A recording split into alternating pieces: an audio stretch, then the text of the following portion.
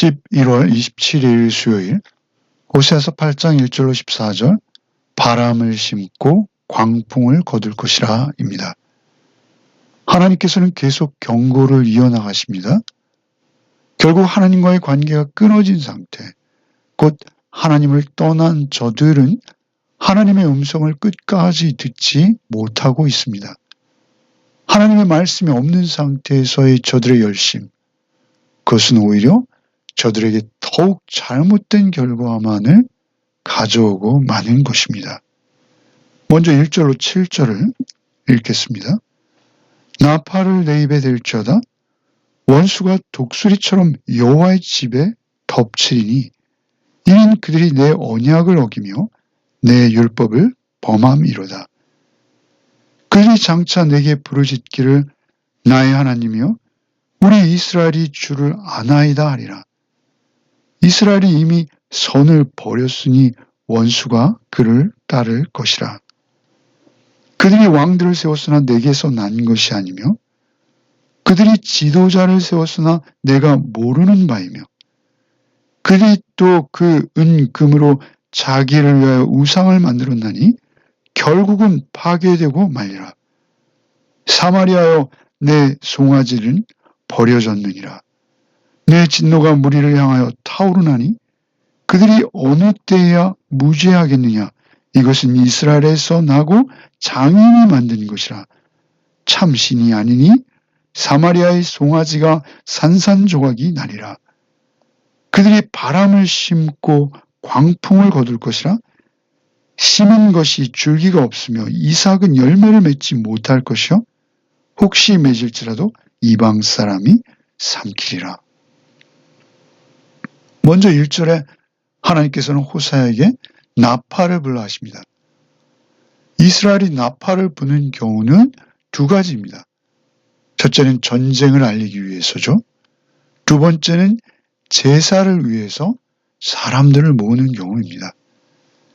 지금 이스라엘은 원수가 독수리처럼 덮쳐오는 급박한 상황에 놓였습니다. 전쟁입니다. 그래서 나팔을 부는 것이죠. 그런가 하면 그들은 하나님을 떠난 상태이기도 합니다. 그들은 하나님 앞으로 모여서 돌이키는 회개의 제사가 절실히 필요한 때이기도 한 것이죠. 이스라엘의 집을 독수리처럼 쏜살같이 덮쳐오는 원수, 그것은 아마도 아수르의 살만 에셀과 그의 군대들로 보여집니다. 이스라엘의 집, 곧 성전입니다. 제사가 드려지고 예배가 드려지는 것이죠. 거기를 향해서 그들이 덮쳐오는 상황이기에 나팔로 그 위험을 알리는 것이요. 또한 그들을 모아야 하는 것이죠. 사실 호세아는 수단과 방법을 가리지 않고 심지어 하나님의 그 명령입니다만 결혼을 통해서라도 이스라엘이 하나님께 어떻게 배반했는지를 끊임없이 경고하고 있었습니다. 그렇게 나팔 소리를 들은 이스라엘은 모여서 하나님 앞에 제사해야 됐고 전쟁에 대비해야 되는 것이죠. 둘 다 해당하는 것입니다. 그런데 이스라엘은 2절에 마치 자신들이 하나님을 알고 있는 듯 소리를 치고 있습니다. 그들이 부르짖기를 나의 하나님이여 우리 이스라엘이 주를 아나이다 라고 소리칠 것이라 하십니다. 이 부분을 칼빈은 어떻게든 위기를 모면해 보려는 이스라엘의 넋두리다 이렇게 보고 있습니다.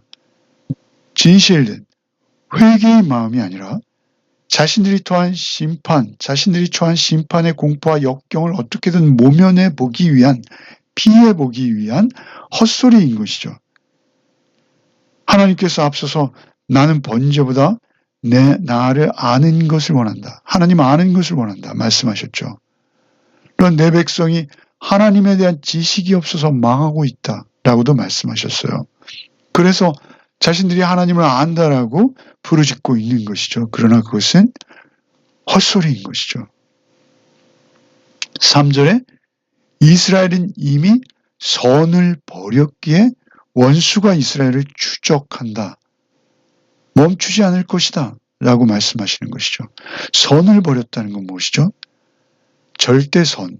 그것은 오직 하나님 한 분이시오 하나님이 주신 말씀입니다. 그런 절대선이신 하나님과 하나님의 말씀을 버린 것입니다. 결과 하나님께서도 그들을 버릴 수밖에 없는 것이죠. 그들은 왕을 세웠으나 그들의 폭력과 유혈극에 의해서 세워진 왕이지 하나님께서 세우시거나 허락하신 적이 없습니다. 그들은 9번이나 유혈 구테타로 왕을 갈아치우고 있는 것이죠. 물론 그 중에 하나님께서 허락하신 왕이 2명 있죠. 그러나 그들조차도 사실은 하나님께서 온전한 허락이 아니라고 봐야 합니다. 그들은 어쩔 수 없는 대안으로 그들이 왕이 되어질 수밖에 없었으나 그 나머지의 왕들은 말이죠. 다 구테타인 것입니다. 자신들의 계속되는 모반으로 세워진 왕, 그들이 나라를 다스리는 상황에서 그들은 금과 은으로 우상을 세운 것이죠. 금송아지는 금장인이 풀무에 금을 녹이고 망치로 두들겨서 만드는 것으로 참신이 아니다 라고 하십니다. 결국 사람이 만든 것이다 라고 말씀하시죠. 그토록 베델과 사마리아에 세운 그 금송아지들 산산조각 부서질 것이다 라고 선언하십니다. 그들이 저지르는 일들, 그들이 소위 하나님 앞에 드려진다라고 여기는 그 제사, 그런 모든 것들이 바람이나 광풍을 잡는 것과 같아서 헛되다는 것입니다. 헛될 뿐 아니라 공허해져서 아무것도 남지 않을 것이다. 무익할 뿐이다. 결국 파멸과 진멸의 대상이 될 수 있다라고 선언하시는 것이죠. 8절로 14절을 읽겠습니다. 이스라엘은 이미 삼켜졌은즉 이제 여러 나라 가운데 있는 것이 즐겨 쓰지 않은 질그릇 같도다. 그들이 홀로 떨어진 들나귀처럼 아수르로 갔고 에브라임이 값주고 사랑하는 자들을 얻었도다. 그들이 여러 나라에게 값을 주었을지라도 이제 내가 그들을 모으리니 그들은 지도자의 임금이 지어준 짐으로 말미암아 쇠하기 시작하리라. 에브라임은 죄를 위하여 제단을 많이 만들더니 그 제단이 그에게 범죄하게 하는 것이 되었도다. 내가 그를 위하여 내 율법을 10,000가지로 기록하였으나 그들은 이상한 것으로 여기도다.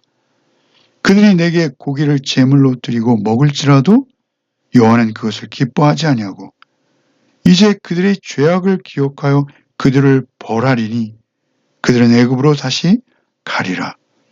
이스라엘은 자기를 지으신 이를 잊어버리고 왕궁들을 세웠으며 유다는 견고한 성읍을 많이 쌓았으나 내가 그 성읍들을 불을 보내어 그 성들을 삼키게 하리라. 이스라엘은 이미 삼켜졌다라고 선언하십니다. 아직 멸망당하지 않았습니다. 그러나 이미 그 시점에서 패망한 것처럼 완료형으로 기록되어 있습니다. 예언이 성취될 것을 확실히 선언하시는 것이죠. 결국 이스라엘은 쓸모없는 그릇이 되었다라고 하시죠. 하나님은 토기장이시죠. 이스라엘은 하나님 앞에서 더 이상 사용될 수 없는 그릇이 된 것입니다. 또 하나, 그들은 들나귀처럼 어리석게 행동하고 있다라고 비유되고 있습니다. 하나님 떠난 이스라엘은 들에서 홀로 크는 나귀처럼 욕정이 강해서 이방인 강대국과 관계를 고집하다 들에서 오히려 홀로 살아가는 처량한 들나귀처럼 고립된 신세가 될 것이라는 것이죠.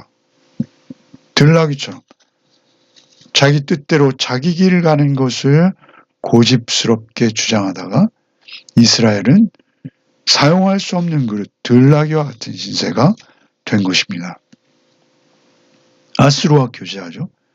도움과 원조를 청합니다. 이것은 역사적 사실입니다. 아수르뿐만 아니라 애굽에게도 도움을 요청하죠. 손을 뻗치며 예물을 제공하기도 합니다. 그러나 이런 와중에도 어떻게든 에브라임, 곧 북이스라엘은 죄를 회개하겠다고 또 자신들을 위해서 제단을 많이 만든 것이죠.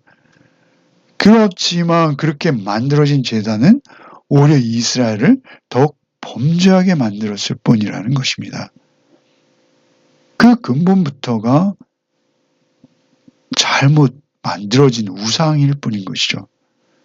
그들이 그 우상을 향해서 제사 행위를 더욱 열심을 내면 낼수록 오히려 1절에 독수리, 곧 대적인 여호와의 집을 덮치는 원수들의 공격은 더욱 맹렬해질 것이다 라는 것이죠.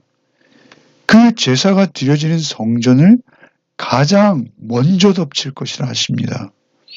성전을 먼저 덮치세요. 성소를 먼저 덮치리니 1절에 그렇게 말씀하시잖아요. 그들이 내 언약을 어기며 내 율법을 범했다라고 지적하신 적이 있죠. 1절에 그렇게 말씀하셨습니다. 그들의 제사 행위가 그들이 아무리 풍성하게 고기를 가져와서 제사를 드리고 나누어 먹어도 그들이 평소에서 하나님의 말씀, 곧 율법을 삶 속에서 지켜나가지 않는다면 하나님과의 언약과 율법은 버려진 것이 되는 것입니다. 오히려 그 제단이 범죄하게 되는 것이다 라고 지적하시는 것입니다. 잘못된 제사는 외려 드려지면 드려질수록 그들에게 죄사함이 아니라 죄만을 더욱 무겁게 하는 악한 행위가 되고 마는 것입니다. 제사가, 예배가 오히려 악한 범죄로 하나님 앞에 선고받고 있습니다. 12절에 오히려 그들이 내 율법, 곧 기록된 말씀을 이상한 것으로 여겼다라고 말씀하시죠. 이상한 것으로 여긴다는 것은 생소하며 낯선 것으로 여긴다라는 의미입니다. 13절에 그들이 심지어 하나님 앞에서 고기를 제물로 드리고 또 나눠 먹을지라도 그것을 기뻐하지 않으실 뿐 아니라 오히려 그런 위선적이며 가증한 짓들로 인해서 죄악을 기억해내시겠다라고 하시죠. 그 헐뿐인 제사, 자기들의 만족을 위해서 드리는 제사, 그것을 오히려 이용하고 있는 그들, 그리고 그 자신의 배를 채우는 수단, 고기를 먹는 수단이 되었을 뿐이다 라고 하십니다. 그 기억하신 것이 무엇입니까? 하나님께서 그들의 죄를 기억하시고 그들이 나왔던 애굽으로 다시 가게 될 것이다 라고 말씀하시는 것이죠. 이 선언은 상징적인 것이죠. 이스라엘이 예전에 출애굽 이전에 종노릇했던 것과 같이 다시 종노릇하게 될 것이다 이라는 말씀입니다. 이 말씀은 온전히 역사 속에서 실현된 것을 우리는 잘 알고 있죠. 그들은 아수르로 바벨론으로 각각 끌려가 다시 종살이 노예살이를 하게 되는 것이죠. 이렇게 될 수 있다는 말씀, 이것은 그들에게 낯선 말씀이 아닙니다. 신명기에도 이미 모세에 의해서 출애굽할 당시에 선언된 말씀이기도 합니다. 참으로 그들은 그 말씀을 기억하지 못하고 하나님을 알지 못한 결과 끔찍한 심판을 받게 되는 것입니다. 하나님께서는 하나님을 스스로 드러내시는 방법이 있습니다. 그것은 무엇입니까? 말씀을 통해서 하나님을 드러내십니다. 어떤 종교적인 열심, 또 화려한 예배의식 이런 것으로 하나님을 아는 것을 대신할 수 없습니다. 하나님을 아는 것이 중요합니다. 말씀을 통해서 하나님을 아는 것이 하나님이 요구하시는 것입니다. 하나님의 말씀에 순종함으로 하나님의 성품이 내 삶에 경험되어져서 그것이 진리로 내 속에 새겨지는 것, 그것을 하나님을 알아간다라고 할 수 있는 것이죠. 어떤 예배나 외형적이며 형식적인 종교 행위들로 우리의 죄를 가릴 수 없다는 것입니다. 우리가 하나님 앞에서 은혜를 받은 자라면 오직 하나님을 아는 것과 우리의 삶이 일치해 가야 한다라고 말씀하시는 것이죠. 말씀을 묵상하는 것, 그것은 삶 속에서 구체적으로 하나님의 말씀에 순종하는 것과 동일한 것입니다. 그 순종을 이루어갈 때 오늘 하루의 삶을 통해서도 하나님을 더욱 깊이 경험하는 기쁨이 저와 여러분에게 있기를 바랍니다. 기도하시겠습니다. 오늘 하루도 오직 말씀 따라 걷는 하루가 되게 하여 주시옵소서. 순종을 이룰 때 하나님의 성품과 하나님의 계획을 더욱 깊이 알아가는 기쁨을 경험하는 하루가 되게 하여 주시옵소서. 오늘도 오직 성령님께서 우리의 삶을 인도하여 주시옵소서. 말씀이 육신이 되신 주 예수 그리스도 이름 받들어 기도하옵나이다. 아멘.